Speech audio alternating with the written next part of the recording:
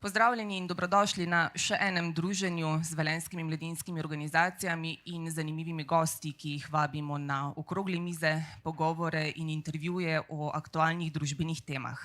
Tokrat se bomo pogovarjali o evropskih volitvah, potekale bodo od 6. do 9. junija. Od sestave Evropskega parlamenta bo odvisno, kakšno zakonodajo bo Evropska unija sprejemala v prihodnjih 5 letih. Bo ščitila pravice in svoboščine ali jih bo omejevala? Kakšna bo njena obrambna strategija? Kako bo ravnala z okoljem? O teh in mnogih drugih vprašanjih, ki neposredno vplivajo na naše vsakdanje življenja, bo v našem imenu na nadnacionalnem nivoju odločalo 9 poslank in poslancev, ki jih bomo izbrali sami. V našem lokalnem okolju imamo 2 kandidatki, obe smo danes povabili na pogovor. Z nami sta Darinka Mravljak iz Demokratične stranke upokojencev Slovenije Desus, pozdravljeni in dobrodošli, in Aleksandra Vasiljevič iz stranke Socialni demokrati SD, pozdravljeni, hvala, da ste z nami. Dober večer in hvala za povabilo. Hvala lepa, tudi v mojem imenu. Veliko o evropskih volitvah si lahko ogledate na razstavi, ki je odprta tukaj v kulturnem klubu MC Plac. Namenjena je predvsem mladim, da se seznanite s pomenom volitev v Evropski parlament in pa tudi o 3 posvetovalnih referendumih, ki jih bomo izvedli vzporedno z volitvami v Evropski parlament. Današnje srečanje pa je namenjeno temu, da spoznamo naši lokalni kandidatki, pa začnimo s tem, kjer ponavadi začnemo pogovore z našimi gosti tukaj v Mladinskem kulturnem klubu MC Plac, in sicer, kakšna je bila vajina mladost? Kako sta jo preživljali, kaj sta počeli kot mladostnici in iz tistega obdobja, kaj vaju je zaneslo v politiko? Izvolite. Hvala lepa. Ja, moja mladost sega v neko drugo obdobje. Takrat ni bilo pametnih telefonov, ni bilo prenosnih računalnikov, televizorjev je bilo zelo malo, zato smo se pač otroci podili po gošah, po gozdovih, po travnikih, pa vseeno bili smo skromni, ampak otroštvo smo imeli vseeno zelo lepo. Osnovno šolo sem obiskovala v Mislinji, srednjo ekonomsko šolo v Slovenj Gradcu in pa višjo visoko in specializacijo javnih prihodkov na Visoki upravni šoli v Ljubljani. Za 3 leta sem se zaposlila v Gorenju, ker sem bila njihova štipendistka, potem pa je moja pot vodila na takratno skupščino občino Velenje. Njej sem bila zvesta vse do takrat, ko se je davčna služba odcepila in se priključila Ministrstvo za finance kot samostojen organ, danes Finančna uprava Republike Slovenije. V srednješolskih letih sem veliko recitirala v Slovenj Gradcu na vseh občinskih proslavah in prireditvah. Pela sem tudi v moškem pevskem zboru kot tenoristka in včasih tudi kakšen solo. Sicer pa sem se s politiko že takrat pričela ukvarjati, zanimala me je, ne toliko zunanja, ker takrat ni bila toliko zanimiva, ampak zunanja politika. Bila sem sicer predsednica Zveze mladine, ampak tudi predsednica Organizacije združenih narodov in v tistem času je Slovenj Gradec tudi prejel naziv mesto miru. Resneje s politiko sem se pa pričela ukvarjati, ko sem se upokojila. Namreč imela sem občutljiv poklic davčne inšpektorice in ne bi bilo prav, če bi se takrat ukvarjala s politiko in vzbujala dvom pristranosti. Danes pa ste mestna svetnica, ne? Ja, danes sem mestna svetnica, podžupanja in moram reči, da sem zadovoljna, sodelujem z odlično koalicijsko partnerico, s katero je stranka Desus že 30 let partnerica in skupaj smo upravili marsikaj dobrega za starejše, sem predstavnica starejših. Seveda pa nas je malo, mi sami tega ne bi zmogli in smo hvaležni, da sodelujemo tako, kot sodelujemo. Hvala, Aleksandra Vasiljevič. Prav tako podžupanja, ne obe podžupanji Mestne občine Velenje, prav tako tudi mestna svetnica. Vaša zgodba spomini na mladost in prvi koraki v politiko. Moram reči, da moja mladost je bila zelo lepa in da sem to mladost preživljala predvsem za blokom Šaleka 91, kjer smo se večinoma z moškimi kičkali, z barbikami se nisem toliko igrala, ampak to je eno obdobje, ki me je res zaznamovalo, torej igranje za blokom in zasledovanje starejše sestre, ki seveda sem jo opazovala pri njenem odraščanju. Velikokrat sem se tudi, bom rekla, družila s svojimi sovrstniki na skateparku, takrat še na letnem bazenu, zapuščenem letnem bazenu. Takrat smo kar veliko eksperimentov delali na letnem bazenu. Tako smo vsaj rekli svojim staršem, vedno so bili neki kemijski poskusi. No. Zato smo bili toliko tudi na skateparku in spomnim se prvih skate sessionov v Velenju. Zato sem toliko bolj vesela, da je tudi v petek uradna otvoritev urbanega parka. Pa to ni zdaj EPP, ampak to je res moja mladost. S politiko sem se začela prvič spogledovati že v samem otroštvu, kajti vzgajana sem bila v družini, ki je s politiko rasla. Ni nobena skrivnost, da je bil moj oče tudi ves čas vpet v politiko. Potem pa sem, kot sem že uvodoma dejala, zasledovala svojo starejšo sestro in tudi njene sovrstnike, ki so že bili v Mladem forumu. In takrat sem nekako capala za njimi in jih opazovala pri njihovem delu in takrat je Mladi forum Šaleške doline Socialnih demokratov res delal odlične zgodbe. In sem se že takrat nekako učila teh fantastičnih zgodb, ki so jih mladi ustvarjali. Resneje sem se začela ukvarjati s politiko leta 2014, ko sem tudi prvič nastopila na listi kot kandidatka za mestni svet. Potem pa, bom rekla, še bolj poglobljeno leta 2018, ko sem stopila na pot kandidature za državnozborske volitve.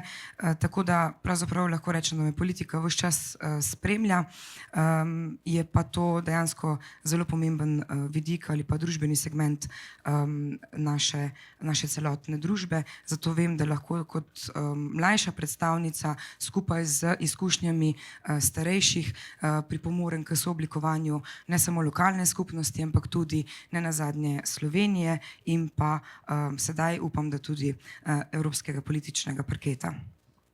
No in prav to, vstop na mednarodni, ne evropski politični parket je najbrž za političarko nekaj res imenitnega, ogromen korak, sploh neposredno z lokalnega, mimo nacionalnega nivoja na ta nadnacionalni nivo. Kaj vaju je spodbudilo k temu, da ste se odločili za ta korak? Nenazadnje, kako ste se znotraj vaših strank odločili, da prav vi dve dobita to pomembno, zahtevno in obenem imenitno nalogo? Mi imamo skupno listo, Desus in pa Dobra država, in naše sporočilo je, da je potrebno sožitje med generacijami. Sicer je bil kriterij, na naši listi je namreč večina kandidatov iz civilne družbe, predvsem je bil kriterij, da so odlični strokovnjaki na svojih delovnih področjih, pa tudi, da so spoštovani v svojem delovnem okolju. Naši kandidati, ki iz civilne družbe izhajajo, nosilec liste je dr. Uroš Lipovšček, znani publicist, novinar, dopisnik iz Združenih držav Amerike, Kitajske, tudi zgodovinar. Potem je kandidat dr. Bogomir Kovač, profesor na Ekonomski fakulteti Ljubljana, novinar Drago Bulc, tudi priznana priznana igralka Torej mnogi, ampak zakaj tudi vi? No, se opravičujem. Zakaj jaz? Pravzaprav jaz sama nisem imela tega namena kandidirati na evropskih volitvah, niti ne pričakujem, da bom izvoljena, ampak vodstvo stranke se je odločilo, da me povabi na listo. Seveda bi bilo zelo oportuno, če bi zavrnila to ponudbo, sploh ker imamo eminentnega kandidata na tej listi in kandidiram pravzaprav v podporo njemu. Izvolite. Ja, jaz sem se odločila za kandidaturo iz tega razloga, ker sem bila tudi povabljena in takšnega povabila se nikoli ne zavrne. Sama sem tudi članica Belc mreže, to pomeni, da sem predstavnica lokalnih izvoljenih predstavnikov Evropske unije, tako da je to res eno eminentno povabilo, ki ga res ne moreš zavrniti. Pravzaprav tudi ne bi bilo smiselno, da takšnega povabila, takšno povabilo zavrneš. Na pobudo našega predsednika Matjaža Hana sem tudi pristala na to, da grem kot 6. na listo. Pravzaprav mi niti mesto samo ni toliko pomembno, kolikor mi je pomembno to, kaj kot ekipa 9 eminentnih ljudi predstavljamo za Slovenijo, in to je močna Evropa za močno Slovenijo. Tako da so pri nas jasno določene tudi procedure, kako se ta lista oblikuje, in ne nazadnje smo to listo, ki je bila predstavljena volilni konvenciji, ki jo predstavljajo posamezni člani iz občinskih in območnih organizacij, ne nazadnje tudi soglasno potrjena. Torej podporo stranke, širšega članstva stranke smo kot lista 9 dobili in odločila sem se za kandidaturo zaradi tega, ker verjamem, da lahko s svojim vplivanjem, svojim znanjem in svojim entuziazmom dejansko res pripomorem, da dvignemo prepoznavnost stranke na višji nivo, ne nazadnje pa tudi, da uspemo priti v Evropski parlament.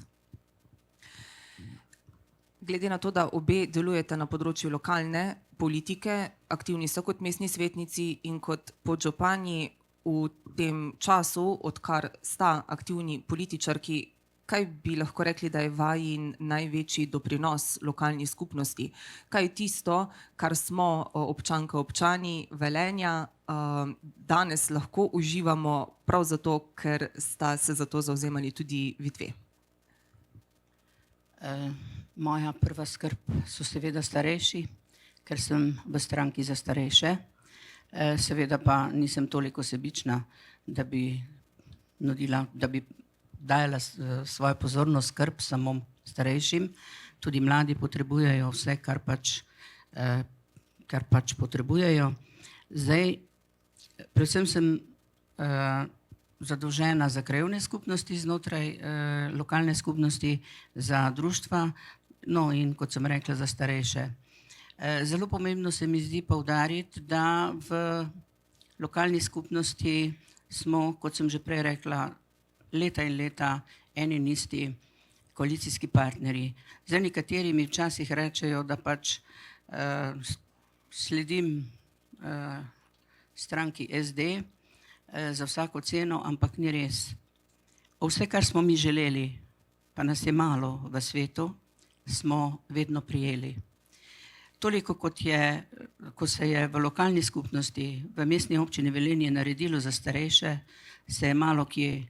Ko gremo okoli po Sloveniji in ko povem, kaj vse imamo, brezplačne prevoze, pomoč na domu je sofinancirana strani mestne občine v višjem znesku kot drugod. Arhitektonske ovire odpravljamo sproti. Skratka, toliko vsega je za društva, naprimer za društva upokojencev, dobijo toliko sredstev, tudi mali, da lahko opravljajo svojo osnovno dejavnost, da se lahko družijo. Zdaj, pravkar bo jutri, mislim, da svet mestne občine Velenje zasedal, bomo sprejeli odbor za starejše. Mestna občina Velenje je tudi pripomogla recimo k domu za varstvo starejših. Nenazadnje sem imela tudi jaz kar precejšno vlogo, se ne rada hvalim, ampak projekt bi se res na neki točki zaustavil, če ne bi vzpostavila stika z ministrstvom pristojnim za izgradnjo. In res sem vesela in ponosna, da ima ta skupina starejših, ki pač so včasih stigmatizirani, v Velenju vse. Želela bi si, da bi bilo tudi v Evropi tako. Seveda pa so na vrsti mladi. Vem, da mladi bi si želeli stanovanja zgrajena iz javnih sredstev. Samo to bom povedala, o tem bo več mlajša kolegica povedala, ker pač je vsak dan tam, a ne, podžupansko funkcija je tudi profesija. Jaz upravljam to neprofesionalno, da mestna občina pospešeno pripravlja vse prostorske akte, tudi druge dokumente, ki bodo privedli do tega, da bodo tudi mladi prijeli svoj dom in da se bodo lahko normalno razvijali, ker če nimaš stanovanja, če nimaš dostojne službe, dostojne plače, ne moreš ustvariti družine in ne moreš se tudi ne sicer razvijati tako, kot bi se moral. Torej ste, če povzamem, zelo na kratko, ogromno prispevali k visoki kakovosti bivanja, predvsem starejših, ob zavedanju, da imajo tudi mladi svoje potrebe in jih je potrebno nasloviti. Hvala lepa. Ja. Zdaj moram sam se navezati na to, ker je podžupanja Darinka oziroma kandidatka za evropske volitve rekla, da upravlja funkcijo neprofesionalno. Opravlja profesionalno, vendar ne poklicno. Ampak ja, vem, da je bil lapsus lingue, nič hudega, se lahko vsakmu zgodi, ampak to je en odličen primer sodelovanja med starejšo generacijo, ki prenaša svoje znanje in izkušnje na mlajše. In tudi nobena skrivnost ni, da sem jaz medicinska sestra in iz tega ven izhajam, ker sem timski človek. Zato si nobene zasluge ne pripisujem za kakršnekoli uspehe, ki smo jih kot lokalna skupnost dosegli. Teh zgodb, ki jih rešujemo, ali pa teh zgodb, kateri ti dajo res ti zakon za delo, ni malo. In poleg tega, da predsedujem zdaj še komisiji za nadzor nad urejenostjo mesta, tukaj so že vidni nekateri premiki, ampak še vedno ne dovolj in ne tako, kot bi si sama želela, pa to ni vse odvisno od mene, bi izpostavila zgodbo ženske, ki se je oglasila do mene, pa to so zgodbe, ki jih niso očem ali pa javnosti vidne in slišne in o tem tudi ne rada govorim, zaradi tega, ker je to intima vsakega posameznika, ampak ko rešiš eno težavo posameznika, potem veš, da si na pravi poti in potem veš, zakaj si na tem mestu, na katerem si in ti pravzaprav niti ni žal tistih vseh udarcev, ki jih kot politik ali pa političarka prejemaš, ampak ta ena zgodba, ki se je pa mene res dotaknila, je pa zgodba ene starejše gospe, ki sem jo obiskala na domu in sem mi samo z svetovanjem in posluhom pomagala, da pride do enkratne denarne socialne pomoči. Njena življenjska zgodba je zelo težka, pogovarjali smo se o vsem mogočem, ne samo enkratni denarni socialni pomoči, ampak tudi o vseh drugih življenjskih zgodbah, ki jo spremljajo. In sem zelo vesela, da se še danes slišiva, kadar potrebuje samo pogovor. In je čisto dovolj, da se slišiva in da jo malo bodrim in da ji povem, da bo vse okej. Konec koncev je to ena od številnih zgodb, ki ti dajejo res eno zadovoljstvo na koncu dneva, da rečeš, okej, v redu je, če sem enemu pomagala, sem pomagala potem dovoljšnemu številu ljudi, ampak to so zgodbe, ki za mene štejejo. Torej, vse generacije, ne le starejši, tudi mlajši in ne le skupnost, tudi posamezniki. Vi ste iz finančnih vod, vi ste iz zdravstvenih vod po osnovnih izobrazbah. Evropski parlament deluje po odborih. Sicer ste rekli, da ne pričakujete, da boste izvoljeni. Vi si želite biti izvoljeni? Če ne bi bila prepričana v svoj uspeh, potem ne bi se niti napotila na to pot. Tako da ja, vse, kar počnem all in, 100%, tako da grem na zmago, ja. V katerem odboru Evropskega parlamenta se vidite, na katerem področju bi delovali tudi za vas to isto vprašanje? Ne? Ja, glede na to, da prihajam iz Velenja, normalno, in Šaleške doline, absolutno v odboru za okolje in prostor, ne nazadnje pa zaradi samega zelenega prehoda, in to je tudi moja rdeča nit ali pa zelena nit te kampanje. Absolutno in prvenstveno pa tudi zdravstvena politika oziroma odbor za zdravstvo. Jaz bi delala na socialnem področju. Ne glede na to, da sem finančnica, imam raje socialo kot številke. Teh je bilo dovolj. Sicer pa je moje sporočilo in sporočilo vseh nas na listi mir. In še enkrat mir. Evropa je na razpotju. Evropa se bo morala odločiti, kaj bo podpirala. Ali bo šla v tretjo militarizacijo Evrope v zadnjih stoletjih in dajala sredstva za oboroževanje, ali bo dala sredstva za socialo, za blaginjo ljudi, ki živimo v Evropi. Več kot 2% bruto družbenega produkta je za Evropo poguba. Evropa več ne bo socialna, Evropa ne bo več blaginja za ljudi. Zagotovo se bojo pričeli nemiri. In veste, kaj je bilo v preteklih časih v zgodovini z Evropo. NATO tudi ni več obrambna sila. NATO je ofenzivna organizacija. In ne razumem Evrope, ne komisarke Ursule von der Leyen, da slepo sledi politiki ZDA, ki jo vodi kapital, ki jo vodi oboroževanje. Morala bi več govoriti o Evropi. Morala bi najti sposobne politike in diplomate, da bi končali to kruto vojno v Ukrajini na našem pragu in genocid v Gazi.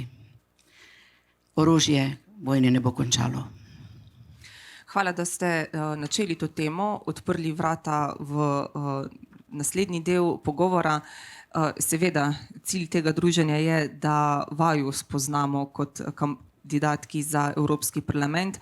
Vajine vrednote, ki predvidevamo, odražajo tudi vrednote strank, list, na katerih kandidirate. No in ja, res se zdi, da v Evropi ne živimo več v isti blaginji, kot smo, vedno več je stisk osebnih, družbenih, splošna klima se zaostruje, narašča sovražni govor, politika nima več zaupanja, nekam drsimo, res smo na neki prelomnici kot družba, čeprav najbrž zdaj o tem govorimo že leta in leta, ampak to se pa zdaj dan danes res čuti v vsaki pori, družbeni in vse generacije to občutijo. Kje se je po vajinem mnenju zalomilo? Kdaj se je to tako zaostrilo? Katera je bila prelomna točka, na kateri smo se začeli upravičeno spraševati, kje pa smo kot družba, kot Evropska skupnost in kam nas to pelje? Iz blaginje v nove konflikte? Ali upamo, da je vendarle še pot nazaj? Če dovoliš. Hvala. Zdaj moramo najprej vedeti, zakaj je bila Evropska unija kot takšna ustanovljena. Torej 1950. z Schumanovim načrtom, ki je dejansko predstavljal Evropsko skupnost za premog in pa jeklo.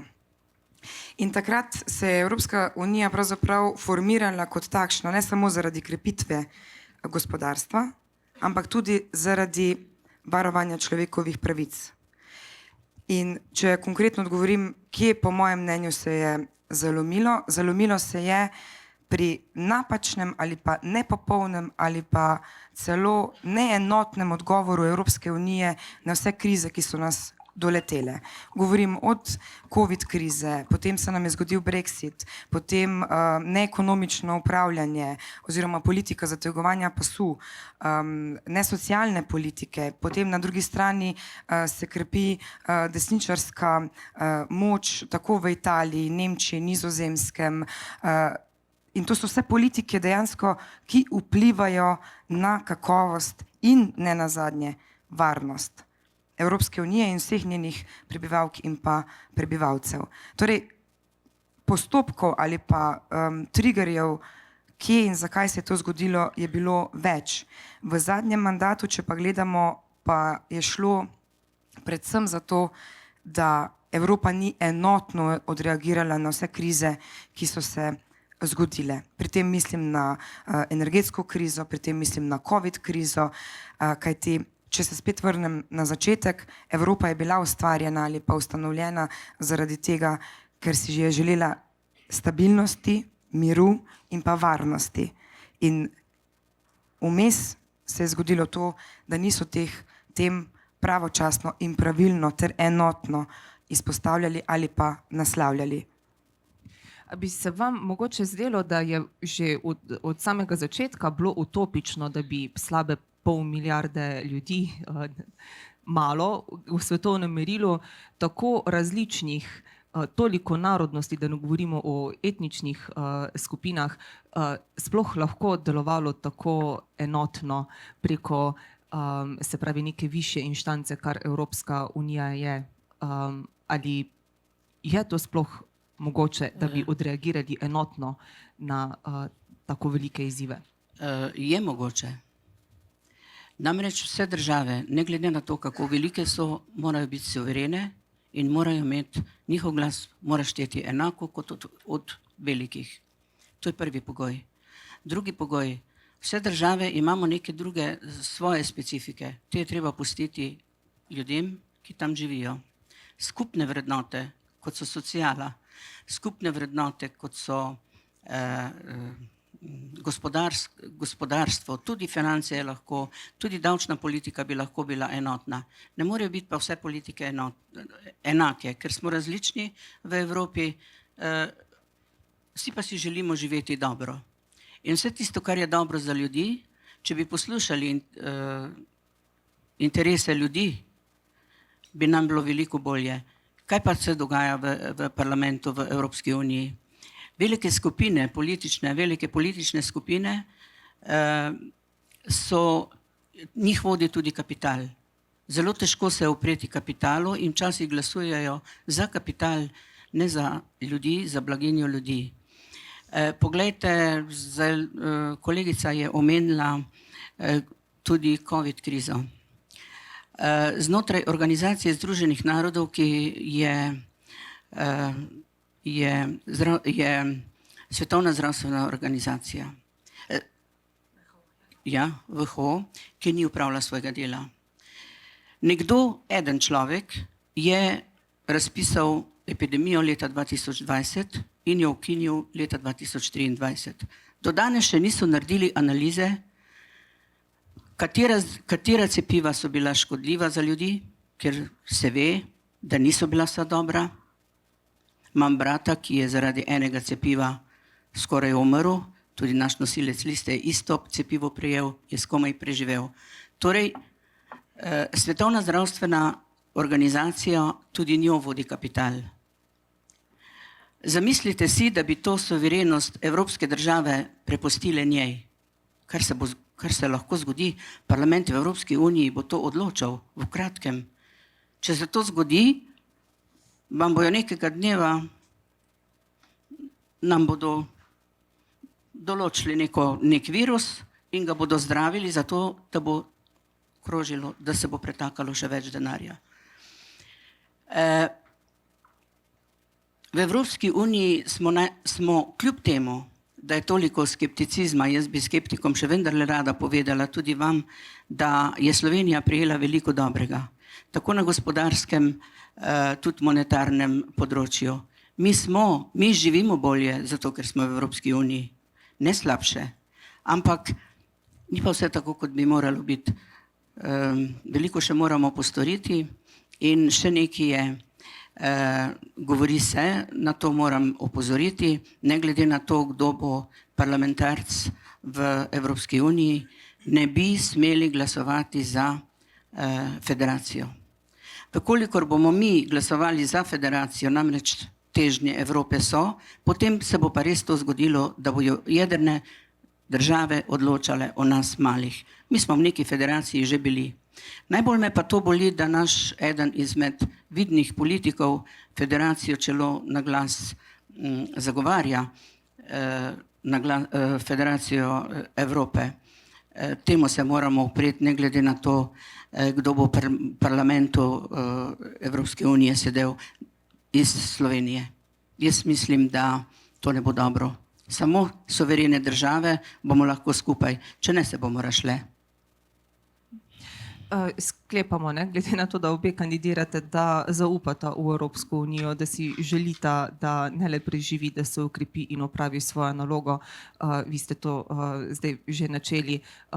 Aleksandra Vasiljević, vaš apel evroskeptikom, ljudem, ki zavračajo Evropsko unijo, se sprašujejo, zakaj je sploh potrebna, so do nje zelo kritični, kako bi jih prepričali, da je vendarle smiselno, da jo podpremo.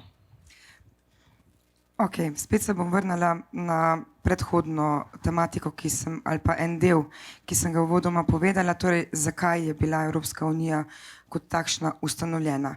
Bila je ustanovljena 5 let po drugi svetovni vojni kot odgovor oziroma potreba po varnosti, po miru in stabilnosti in seveda krepitvi gospodarstva.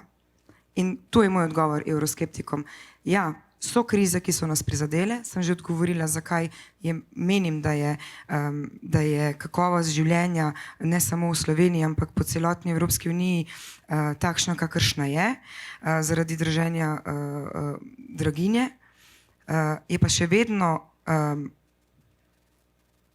članica Slovenija, torej izmed 27 ostalih članic, zelo pomembna kot del Evropske unije in samim tem tudi lahko krepimo gospodarstvo. Brez gospodarstva tudi ni učinkovite socialne varnosti ali pa varnosti za socialno šibkejše ali pa, bom rekla, najranljivejše skupine ljudi. Te vrednote, ne, ki podpirajo blaginjo, varnost, mir, stabilnost, poleg teh ponovno sklepam in me popravite, če se motim, poleg teh, ki jih najbrž zagovarjata kot kandidatki, katere so še tiste vrednote, brez katerih si ne predstavljata Evropske skupnosti, tega evropskega političnega telesa, ki ga imenujemo Evropska unija? Jaz bi rekla gospodarska rast za blaginjo ljudi. To pomeni, da bo za vse Evropejce izobraževanje brezplačno, da bomo imeli zdravstvo brezplačno oziroma da bomo vsi imeli dostop do zdravnikov, da bodo zgrajena stanovanja za mlade iz javnih sredstev, da bo poskrbljeno za dostojno staranje. Evropa je bila zgrajena, res je bila ustanovljena, tako kot pravi kolegica, ampak Evropa je bila sinonim za socialo. Sinonim na vseh kontinentih sveta ni tako socialne entitete, kot je bila Evropa. In to moramo obdržati. Da ne bo lačnih, da bojo vsi ljudje imeli možnost izobraževanja. Mogoče se sliši to kot demagogija, pa ni. Poglejte, srednji sloj že skoraj izginja. 8 najbogatejših ljudi na svetu premore toliko sredstev kot 3,6 milijarde ljudi. Prerazporeditev sredstev je potrebna. Srednji sloj v Evropi pri nas tako ali tako že dolgo počasi izginja. Ampak veste, zakaj je potreben srednji sloj? Srednji sloj je motor gospodarstva. Srednji sloj je motor razvoja družbe. Srednji sloj je tisti, ki največ troši. Srednji sloj v razvitih državah, mislim, je tisti, ki polni proračun za to, da lahko družbeni podsistemi delujejo. In če tega ne bomo imeli, če bomo imeli samo ekstremno bogate, pa ekstremno revne, ne bo v redu. Še nekaj se misli dodati, pa mi je zdaj misel šla tole. Pri nas v Sloveniji, to moram povedati, kdaj je srednji sloj začel izginjati? Leta 2012 z uvedbo zakona o uravnoteženju javnih financ. Sprejela ga je res Janševa vlada, ampak oprostite, nobena druga ga tudi ni ukinila. Takrat je bilo zaustavljeno zaposlovanje v javnem sektorju in ožji državni upravi. Vsi, ki so se upokojili, niso bili nadomeščeni z novimi. Mladi, ki so dokončali študij, so odšli, več jih nazaj ne bo. Danes se soočamo s pomanjkanjem teh profilov, zato so stavke. Nimamo učiteljev, nimamo zdravnikov, nimamo strokovnjakov v ožji državni upravi. Zakone nam pišejo tuji najeti pravniki sebi v prid. Mi več stroke v ožji državni upravi skoraj da nimamo. In to je največja žalost. Ne vem, kako bomo to popravili. Mi smo, oprostite, zavozili eno generacijo in to mlado generacijo. Ok, če sledimo vprašanju, katere vrednote so tiste, s katerimi Socialni demokrati nastopamo. To so vrednote, ki jih dejansko tudi delimo kot ena najstarejših strank na slovenskem političnem prostoru, in sicer solidarnost, pravičnost, demokracija, spoštovanje. In takšni kot takšni tudi združeni pod sloganom Evropske unije povezani v raznolikosti. Torej, ko govorimo o spoštovanju, govorimo o spoštovanju raznolikosti, spoštovanju drugega, spoštljivem dialogu, politiki miru, politiki demokracije in pa politiki, ki bo prinesla blaginjo vsem in za vse. Vem, da je to utopično včasih, ampak in vendarle je mogoče. Je. Se strinjam z njo, ne bom se ponavljala, v tem delu sva si enotni. Gremo v tretjo tretjino tega pogovora, in sicer pripravili smo nekaj iztočnic, za katere si želimo kratke komentarje, marsičesa pa smo se že dotaknile. Recimo dejstvo, da je ponovno vojna na evropskih tleh, da se zelo zaostrujejo situacije v drugih kriznih žariščih po svetu. Trenutno je najbolj aktualna Palestina. Kako sta opredeljeni do priznanja Palestine kot samostojne in neodvisne države? To podpirata ali ne? Zagotovo. Palestino je priznala že, poleg tega, da jih je priznalo 139 držav, priznala je tudi bivša naša skupna država Jugoslavija. Mi tega nismo ratificirali ob osamosvojitvi, zagotovo Palestino moramo priznati. Tudi v Ukrajini se mora vojna končati, ampak Ukrajina je z orožjem ne bo končala. To sem že povedala. Nujni so politični in diplomatski pogovori, da se vojna v Ukrajini konča. Ker če ne, ne bo konec. Pred pragom je. Torej, ko govorimo o Palestini, je nesporno dejstvo, da to, kar se dogaja zdaj, je genocid. In priznanje Palestine absolutno da.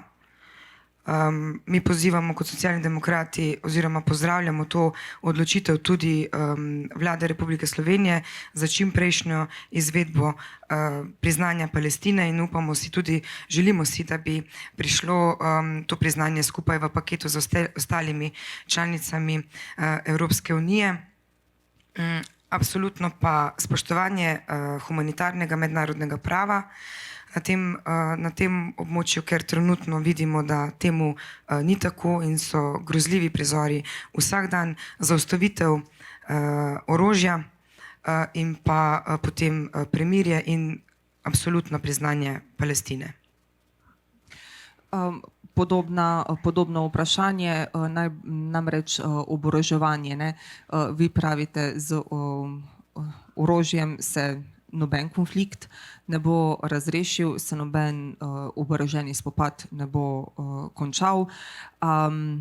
Ampak kako graditi strategijo varnosti znotraj Evropske unije, medtem ko imamo na pragu konkreten oboroženi konflikt, vedno večje grožnje kibernetske varnosti, pritiske na meje Evropske unije. Kako si predstavljata, da bo Evropska unija zagotovila osnovno varnost na svojih tleh? Evropska unija mora najprej poskrbeti ali pa varnost Evropejk in Evropejcev postaviti pred vse ostale zadeve, oziroma mora to postaviti kot prioriteto. Na kakšen način? Najprej okrepitev zunanje in varnostne politike, kot sem že prej tudi omenila, spoštovanje mednarodnega humanitarnega prava, to, kar je že kolegica Darinka omenila, diplomacija in pa politika miru. Absolutno pa takole si lahko v tem krogu lahko privoščim zmanjšanje nekaterih egov in merjenje moči na račun nedolžnih ljudi. Vaša zamisel o varnostnih ukrepih? Varnost je nekaj drugega kot mir, a ne? In politiki radi rečejo, da je varnost, da se varnost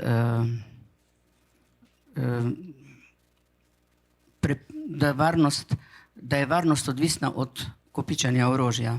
Moje mnenje je, da ne. Več bo orožja, več bo spopadov. Zakaj je toliko orožja? To sem že povedala. Ameriški kapital, ameriška vojna industrija, NATO ni več to, kar je bil. Najprej se mora reorganizirati NATO, da bo res to, za kar je bil ustanovljen, kot Severnoatlantska organizacija za mir. Zdaj ima avanture vse povsod. Vprašanje, mogoče za kolege. Kakšna je naša vojska, če se deluje v NATO, ki ni več obrambna? Zakaj smo kupili 2 aviona? Zato, da se naši vojaki vozijo iz Ljubljane v Maribor in nazaj, ali zato, da jih pošiljamo na vojaške misije? V vojno. Mi smo v vojni. In moramo jo preprečiti. Če bomo govorili o varnosti samo s kopičenjem orožjem, se nam lahko res zgodi 3. svetovna vojna. Ne bo se zgodila nikjer drugje kot v Evropi. Če pa se zgodi 3. svetovna vojna, pa se spomnim mojega profesorja iz srednjih šol. Bo konec človeštva, ker bo začele padati atomske bombe. Najprej eden, pa drug in nas več ne bo. Prenehajmo z orožjem. Prenehajmo dajati denar za orožje. Usedimo se, ne morem se jaz, ampak evropski poslanci, evropski komisarji, politiki, jaz ne vem, če imamo na svetu še koga, ki mu lahko rečemo državnik. Nekdo bi moral presekati pa reči dovolj je pobijanja ljudi.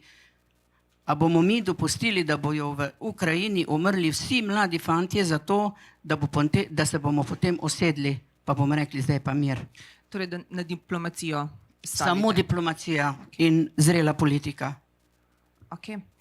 Naslednja tema je podnebna kriza. Zdaj že jo lahko tako imenujemo, čeprav tudi na tem področju je še mnogo skepticizma.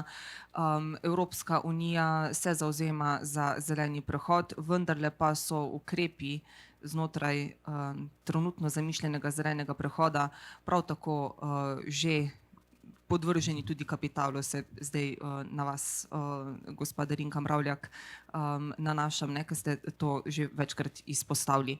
Kakšno je vajino mnenje o aktualnih ukrepih za tako imenovani zeleni prehod in kako si zamišljata, s kakšnimi ukrepi bi pa zares lahko poskrbeli za to, da bo naše okolje, da ne bo konca človeštva. Ponovno si izposojam vaš izraz. Kaj torej storiti, da se podnebna kriza zanesljivo omeji? Malo bom zdaj navihana, pa hudomušna, pa ne mi tega zameriti, ampak z uvedbo papirnatih slamnic zihar ne. Dejstvo je, da je zeleni prehod tukaj. Če kdo, potem mi v Velenju zelo dobro vemo, kaj to pomeni. Nenazadnje smo kot Velenje in Šaleška dolina dali velik davek plačali za to, da danes ali pa da smo do danes imeli ugodno elektriko, ugodno ceno toplotnega ogrevanja in tako naprej. Dejstvo pa je, da smo kot članica Evropske unije zavezani k Evropskemu podnebnemu sporazumu, ki mora do leta 2050 pripeljati Evropo do ogljične nevtralnosti.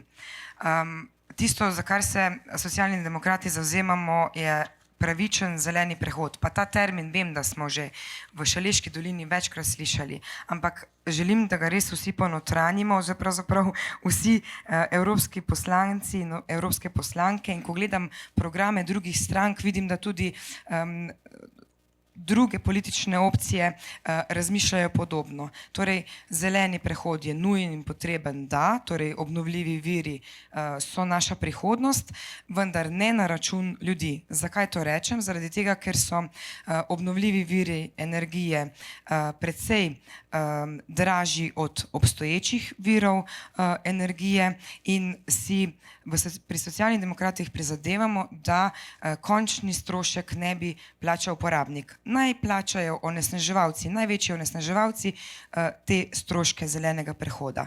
To pomeni, da ne bo toliko obremenjevalo ali pa sploh ne obremenjevalo končnega uporabnika. Ta zeleni prehod mora se zgoditi, absolutno, na način, da najdemo obnovljive vire. To pomeni, da mora tudi Evropska unija zagotoviti dovolj finančnih sredstev, ki bo sofinancirala ali pa financirala sam prehod, zeleni prehod.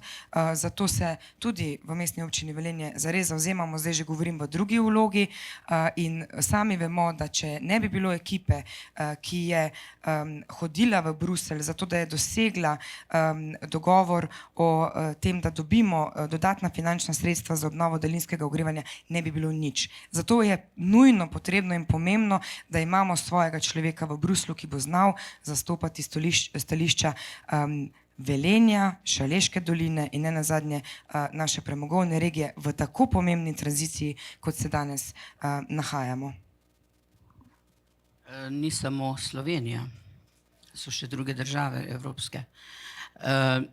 Mi nasprotujemo temu nemškemu radikalni usmeritvi po takojšnjem razogljičenju.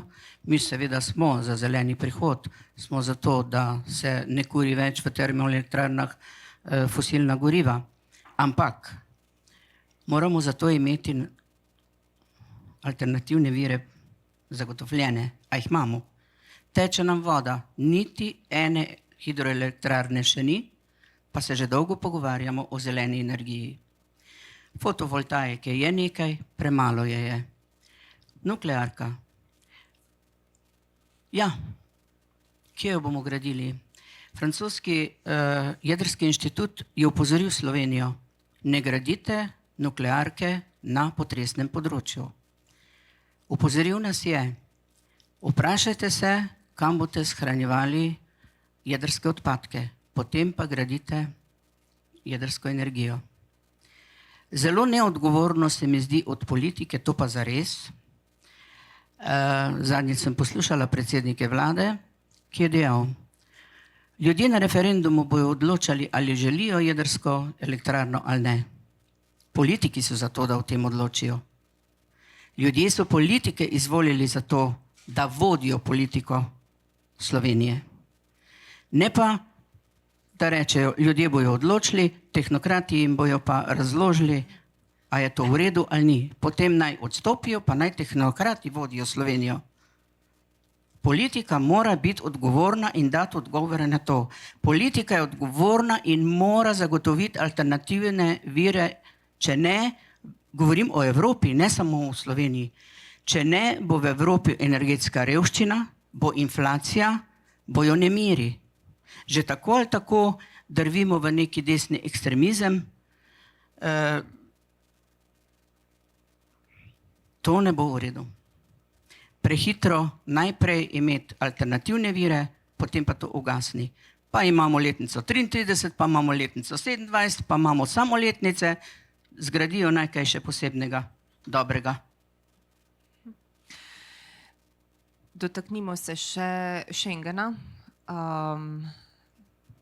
skorajšnjega zapiranja mej, skratka omejevanja tega, kar smo evropski državljani morda od vsega najbolj cenili, prosti pretok ljudi, blaga v Evropski uniji. Skratka, pritiski na šengensko območje, kako na to gledate in kje vidite rešitev? Jaz sem pri vseh svojih odgovorih res želim biti egzaktna, kratka, zaradi tega, ker tudi tako je moje delovanje. Veliko raje delam, kot pa govorim, ampak eno brez drugega v politiki ne gre, zato bom čisto na kratko odgovorila. Socialni demokrati si zavzemamo za ponovno vzpostavitev nemotenega in tudi svobodnega prehajanja znotraj šengenskega območja. To bo ostala naša prioriteta, je bila in tudi bo ostala naša prioriteta. Vendarle je tudi Evropska unija na nek način tudi zaradi tega uspešnejša, boljša in naprednejša. Če odprtih meja ne bo, tudi enotne Evrope ne bo več. Zapirajo meje zaradi tako imenovane migracije. Kdo pa je kriv, da migracije so, odpravijo jo naj tam, tisti, ki so jo povzročili. Ljudje bežijo od vojn.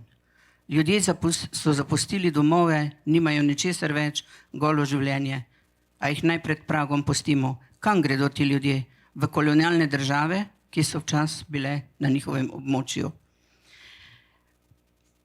Imamo še gospodarske migrante, ekonomske migrante, te je treba tudi kontrolirano dopuščati, da prehajajo meje, ampak dejstvo je, da migracije so bile, so in bodo. In izgovor za to, kot ga imajo nekateri politiki, da bomo meje zaprli zaradi migracij, ne verjamem. Ne verjamem jim, nekaj drugega je vmes, naj povedo kaj. Okay. Preden zaključimo z setom zelo kratkih vprašanj, morda celo da ne vprašanj, še tema mladi. Kaj menite, kateri so trenutno največji izzivi mladih Evropejk in Evropejcev in kako naj jih Evropski parlament naslavlja z zakonodajnimi ukrepi? Največje težave ali pa največji izzivi mladih, pa tudi tistih mladih po srcu, zagotovo so stanovanja. To ni problem ali pa težava ali pa izziv, kakorkoli že rečemo temu, samo Slovenije, ampak celotne Evrope. Stanovanja morajo biti pravica, ki je dostopna za vsakega mladega človeka. Socialni demokrati si prizadevamo sistem izgradnje po dunajskem modelu. To pomeni, da država zagotovi dovoljšna finančna sredstva za izgradnjo neprofitnih stanovanj za najem mladim. Tako da je to eden od ključnih izzivov za mlade. Torej, na nek način to pomeni tudi za mladega človeka varnost. In če te varnosti ni, bo potem odšel nekam drugam, tam, kjer se bo bolj varnega počutil. Jaz menim, da morajo biti mladi arhitekti svoje bodočnosti sami. Morali se bodo odločati za aktivno politiko, morali bo hoditi na volitve, predvsem evropske, niso tako nepomembne. Morale bodo tudi same se aktivirati, predvsem pa bi rekla za poslance evropske, ki bodo izvoljeni, da bodo morali poslušati mlade njihov glas, mladi se morajo pa organizirati. In jaz sem prepričana, da v simbiozi bi se pa dalo kaj dobrega narediti tudi za mlade. Vse na mladih svet stoji, ne na nas starih. Če prav razumem, prav v tej neki politični, mogoče celo nasploh družbeni apatičnosti mladih vidite največji izziv za mlade, ja? Ja, jaz ja. Nekdo mi je napisal na Facebook, pa kaj bi vi stari radi? Dajte prostor mladim, z veseljem, ampak mladi se morajo angažirati.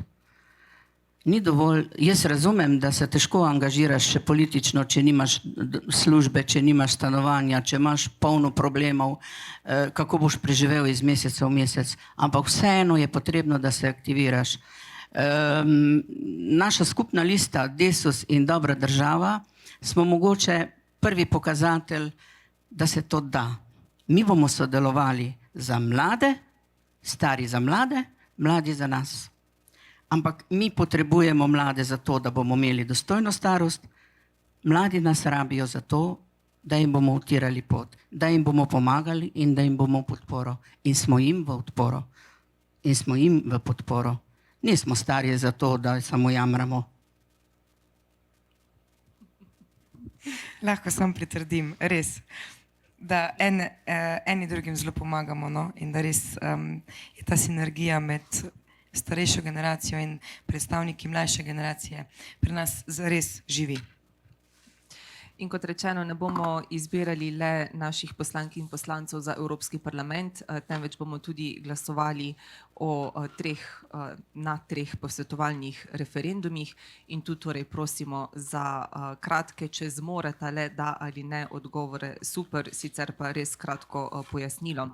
Ali ste za to, da se sprejme zakon, ki bo urejal pravico do pomoči pri prostovoljnem končanju življenja? Jaz sem da, za. Da, vendar z širšim družbenim konsenzom in temeljitim premislekom in pogovorom.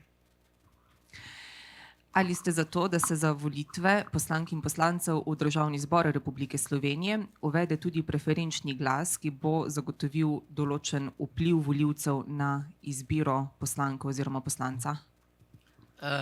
Imam mešane občutke. Včasih sem za, včasih pa nisem za. Namreč malo me begajo, vem, da bo določale stranke listo in izmed tistih, podobno kot za evropske volitve, boš pač izbral najustreznejšega. Tudi volilni okraji naj bi bili ali enote, kakorkoli se bojo že imenovali, približno enake. Ampak vseeno bo imel večjo možnost nekdo, ki živi v urbanem naselju, kot pa nekdo, ki ne, pa bo na isti listi, ker bo premalo poznan. Nimam izdelanega mišljenja še, no, ne vem. Pomislek ravno tu zaradi ukinjanja posameznih volilnih enot, je tako? Volilni okraji ostajajo takšni, kot so, vendar kljub temu, da, podpiram preferenčni glas. Ali naj Republika Slovenija na svojem ozemlju dopusti gojenje in predelovanje konoplje v medicinske namene? Ja, sem za to, zakaj pa ne. Naj povem, da medicinska raba konoplje je v Sloveniji dovoljena že od 2014. leta, tako da absolutno da. In pa ali naj na svojem ozemlju dopusti gojenje in posedovanje konoplje za omejeno osebno rabo? Nisem navdušena. Kdo bo to nadziral? Absolutno da. Hvala, s tem smo izčrpali vprašanja. Svet je zapleten, izzivi so veliki, pa vendar je upanje, da jih razrešujemo. Najmanj, kar lahko storimo kot državljanke, državljani demokratičnega sveta, je, da gremo na volitve, da oddamo svoj glas, da izkoristimo našo pravico do soodločanja in da ne zanemarimo dolžnosti, da tvorno sodelujemo v družbi. Ni prav, da prepustimo drugim, da izbirajo namesto nas. In s to mislijo se vidimo na voliščih od 6. do 9. junija. Srečno!